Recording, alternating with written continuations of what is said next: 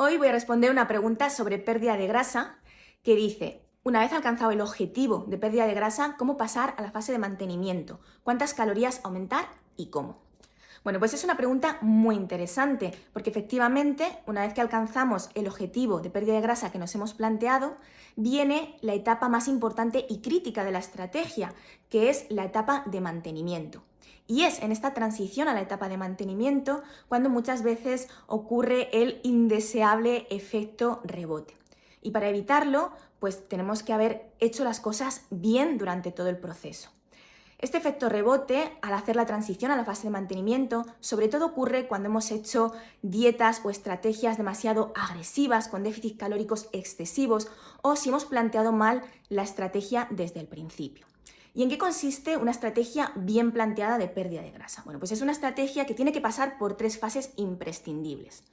Una primera fase preparatoria, la más importante, que es en la que establecemos nuestro nuevo patrón de alimentación, donde creamos nuevos hábitos, donde desterramos mitos que teníamos acerca de la alimentación y acerca de la pérdida de peso,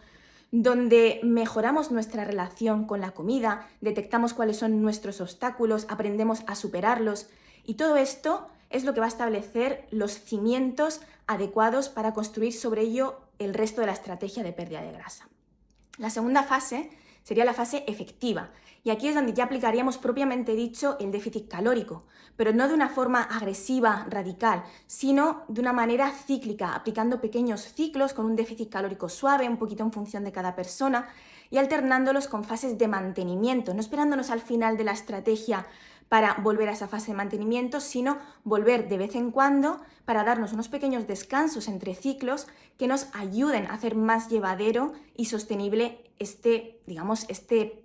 etapa, ¿vale? Y luego ya, una vez que hemos alcanzado el objetivo, podríamos pasar definitivamente a la fase de mantenimiento, que si hemos hecho las cosas bien desde el principio, no es más que volver a la fase preparatoria, es decir, a ese patrón de alimentación que ya habíamos establecido como cimiento de nuestra alimentación y que es con el que nos vamos a quedar de base de una manera un poquito más flexible que la que estábamos aplicando en esos ciclos de déficit calórico.